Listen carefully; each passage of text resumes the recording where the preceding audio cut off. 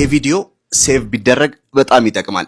ዛሬ የምናወራው I have to, I have been to ከዛ ደግሞ she has to, she has been to የነዚህ ልዩነት በደንብ ፈትፍተን እናያለን ማለት ነው። የመጀመሪያው I have ሲል አንድ ሰው ሁሉ ጊዜ አለኝ የሚለውን ወይ ደግሞ ምናልባት ሌላ ማታውቁት ደግሞ I have ሲል አለብኝ ወይ ደግሞ እንደዚህ አሞኛል የሚለውንም ይገልጻል። በኤግዛምፕል እንየው። 3 ጓደኞች አሉኝ በሉኝ እስቲ። I have 3 friends አይደል? ጨጓራ ህመም አለብኝ ወይ ደግሞ ጨጓራዬን ያመኛል ለማለትም ይሄ ይጠቅማል። I have gastritis አይደል? ጉንፋን ይዞኛል። I have flu ይሄን ማምጣት ይችላል።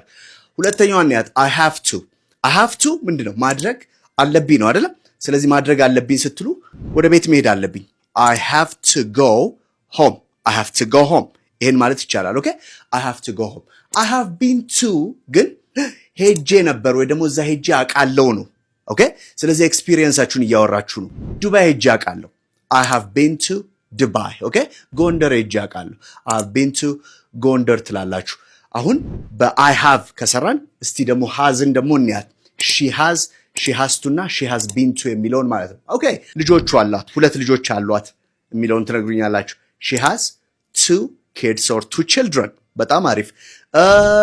የደም ማነስ ወይም ካንሰር ወይ ምናምን አይበለውና አለባት ብንል she has cancer ነው አይደል? በጣም ጥሩ።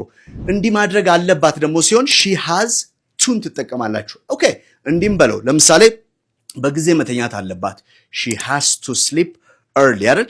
ስራ መስራት አለባት she has to work። በጣም አሪፍ።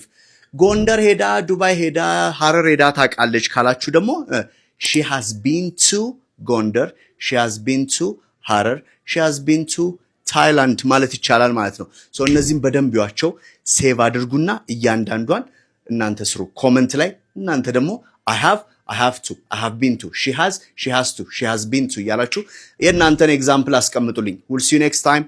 Bye for now.